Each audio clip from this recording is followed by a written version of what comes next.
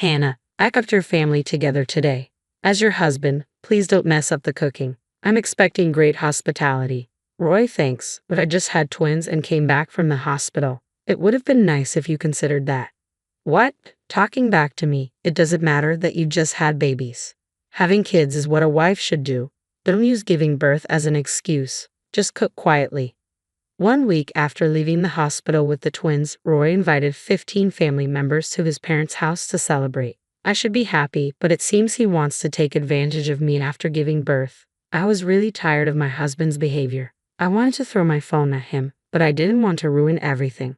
So, I calmly said, I'll start preparing everything now, but I'll need your parents' help. Getting help from my parents? Not possible. They're working in another country. Yes, as my husband mentioned, his parents couldn't come to today's family event because they're abroad. He seemed to think less of me, but he didn't know everything. I was already planning my revenge. After a quick chuckle, I went outside and returned to my in-laws' house in 5 minutes. Roy was surprised and asked, Hannah, who are these people? I don't know them.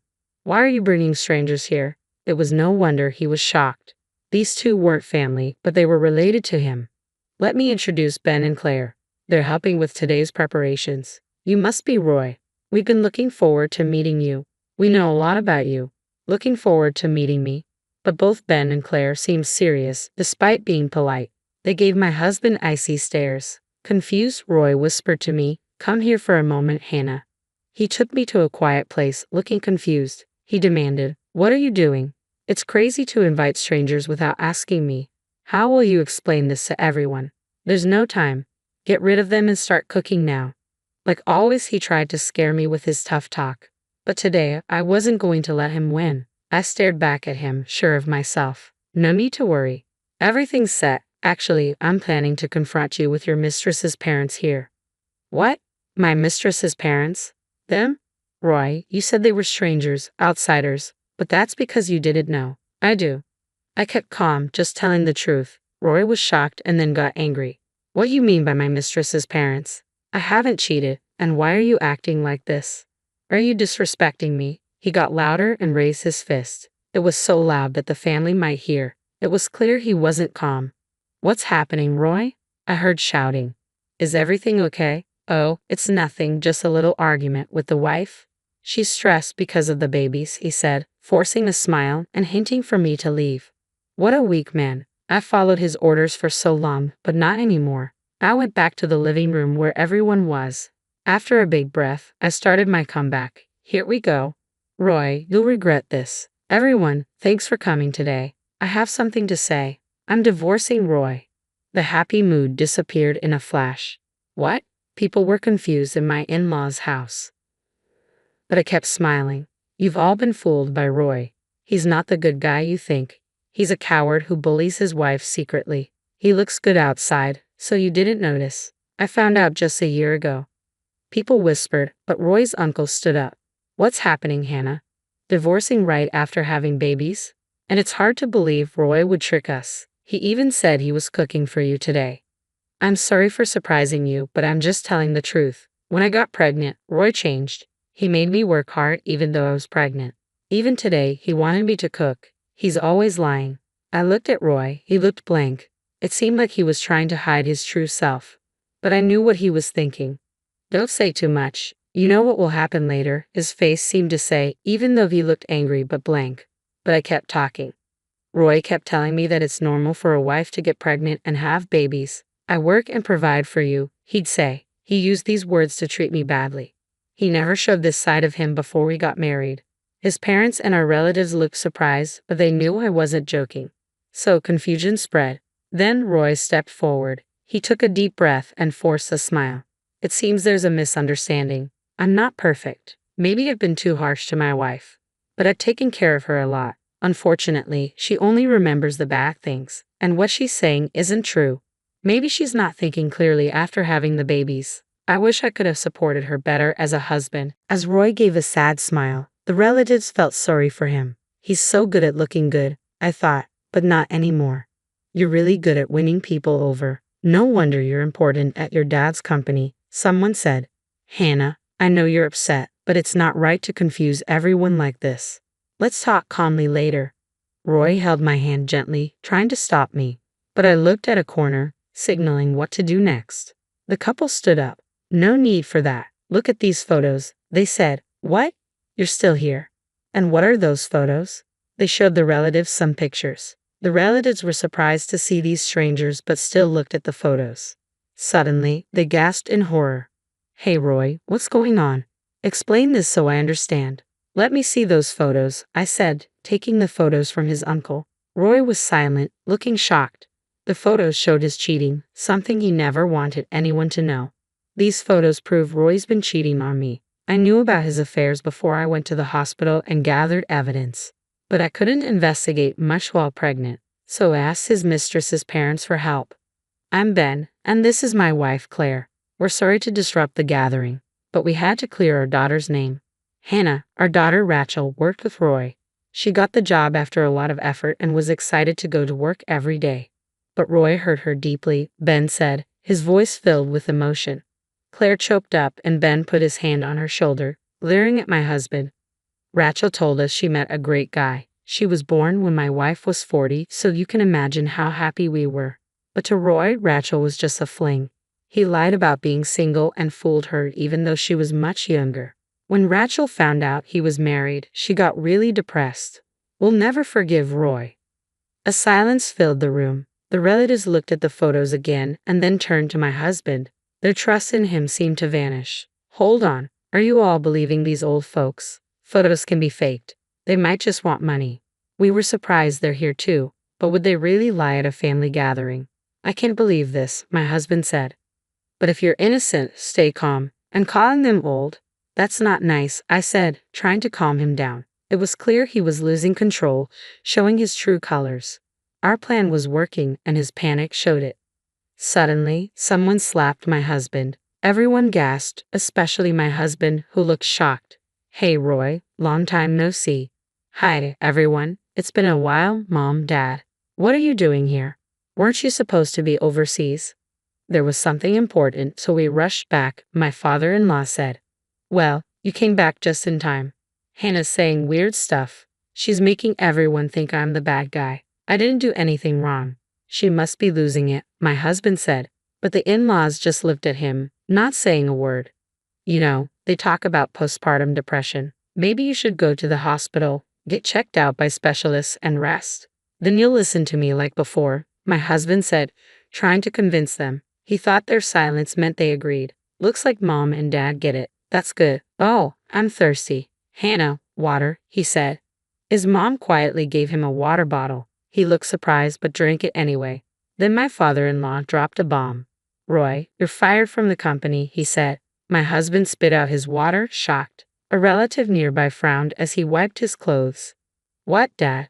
Why are you joking about this? Decide if it's a joke after looking at this. Is this a call on speaker? I'm the one who called. I had your parents listen from the start, everything on speaker. Why? Because I needed their help. As soon as I realized who you really are, I knew I had to tell them. Plus, I've recorded all the times you've treated me badly during my pregnancy. I let them hear it all. And today's conversation is recorded too. I played the recordings. The phone played our conversation. Roy, today, I've gathered our family for you as my wife. Don't embarrass me with your cooking. I'm expecting top-notch hospitality. Thank you, Roy, but you know I just gave birth to twins and was discharged from the hospital. A little consideration would have been nice. What? Talking back, it doesn't matter that you just gave birth. Besides, having children is a basic duty of a wife. Don't use postpartum as an excuse. Just cook quietly. When my husband insulted me, I really wanted to throw my phone at him. But I stopped myself because it would ruin everything. The reason I endured his insults was because I was recording them. I made sure the recording was on when I called my parents from my in-laws' house. You were recording, Hannah. Why were you sneaking around? Roy asked. I don't want to hear about sneaking around from someone who bullies his wife and cheats. And if I didn't do this, Roy would try to deny everything. I replied. Roy, we know everything. We came back secretly today. We listened to your statements on speakerphone and confirmed your true nature. My parents said. We didn't doubt you, Hannah, but as parents, we wanted to believe in Roy. And this is what happened. Now, it's your turn to explain. Why did you cheat, Hannah? when Roy was supporting you so well? As my father-in-law spoke, my husband seemed to lose his confidence. Working at his father-in-law's company, he saw him as an authority figure. He must have realized his father-in-law wouldn't accept any excuses. He started to speak hesitantly. I only got married to make you happy. Honestly, I never really wanted to get married. But I knew you were worried about my future. I thought marrying someone like Hannah would ease your concerns, he confessed.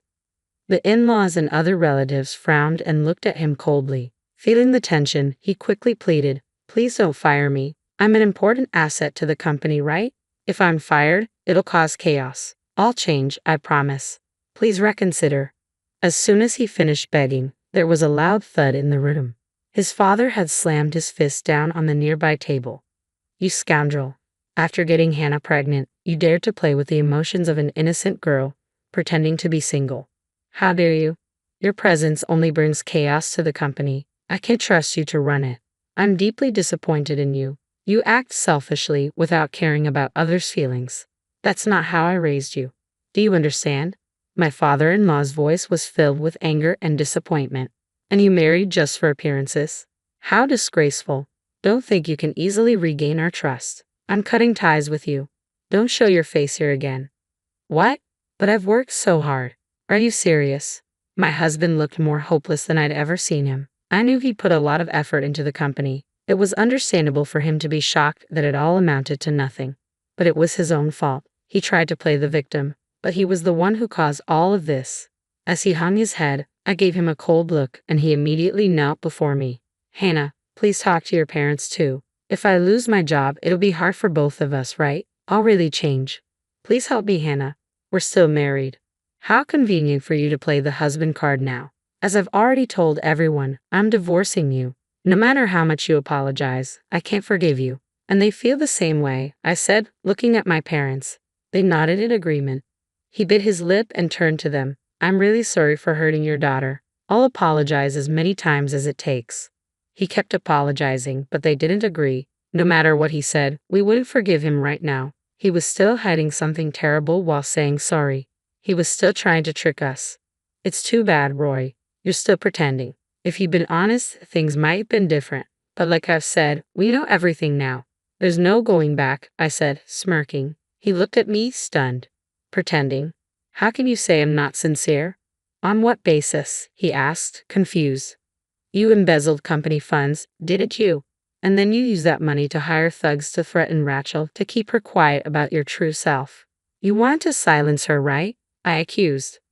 "You're crazy. I would never do something like that without proof. Making such wild accusations without evidence, that's absurd," he protested. "Your parents have been investigating and have proof.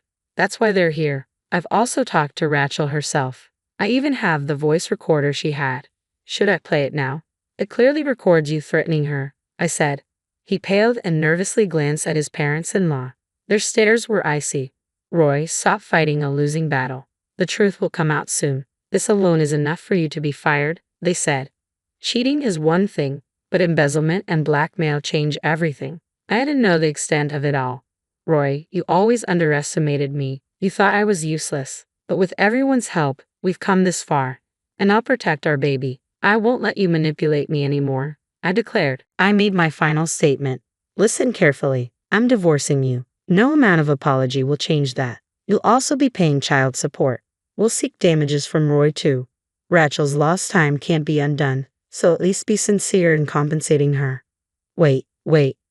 I don't have that kind of money. Can someone please help me?" Roy pleaded. He looked around, but received only cold stares. Slowly, one by one, the relatives began to leave, ignoring him completely. In just one day, he lost everything. Soon after, my divorce from Roy was finalized. I managed to secure almost the amount I hoped for in child support, which was a relief. They filed a lawsuit against Roy, as promised, and the company conducted its investigation into the embezzlement. Roy found himself drowning in debt, seeking help from me, his parents-in-law, and other relatives. But no one offered assistance. With the news of his embezzlement spreading, no company would hire him. Eventually, he resorted to borrowing from payday lenders, struggling day by day to pay off his debts. My in-laws apologized to me once more, assuring me of their protection from Roy's harm. They promised to keep an eye on him and always support me. I'm incredibly grateful to them. Right now, the thought of marriage doesn't appeal to me, but if I ever reconsider, I'd want a partnership like theirs. That's how I feel. A few years later, the twins have grown up and started kindergarten, which has made a big difference in our lives. They even help with household chores now and support me in every way they can. I've completely cut ties with my ex-husband, but I still keep in touch with his parents. They introduced me to a company owned by a friend of theirs, the president of which is a single mother who raised her son alone. She's created a workplace that's supportive of single mothers. They've been understanding of my situation, offering flexible work arrangements. Rachel also works there. She's successfully reintegrated into society and is now a beloved figure in the office with her radiant smile. It's no surprise her parents stood by her. Seeing their dedication to their daughter, I have a lot to learn from them as a parent. Rachel is eager to repay her parents, and I'm also working hard every day to repay my in-laws' kindness. Though there are still challenges ahead, seeing my children's smiles instantly comforts me. I cherish every moment spent with them and am grateful to have them in my life amidst all the difficulties. Sometimes I think back to something my ex-husband used to say, that having children is just a wife's duty. But as I watch my children grow, I realize how extraordinary it all is. Pregnancy and childbirth are sacred and bring immense joy. While this experience has left deep scars, it has also taught me something valuable. For the sake of my children and myself, I want to keep moving forward and live life to the fullest.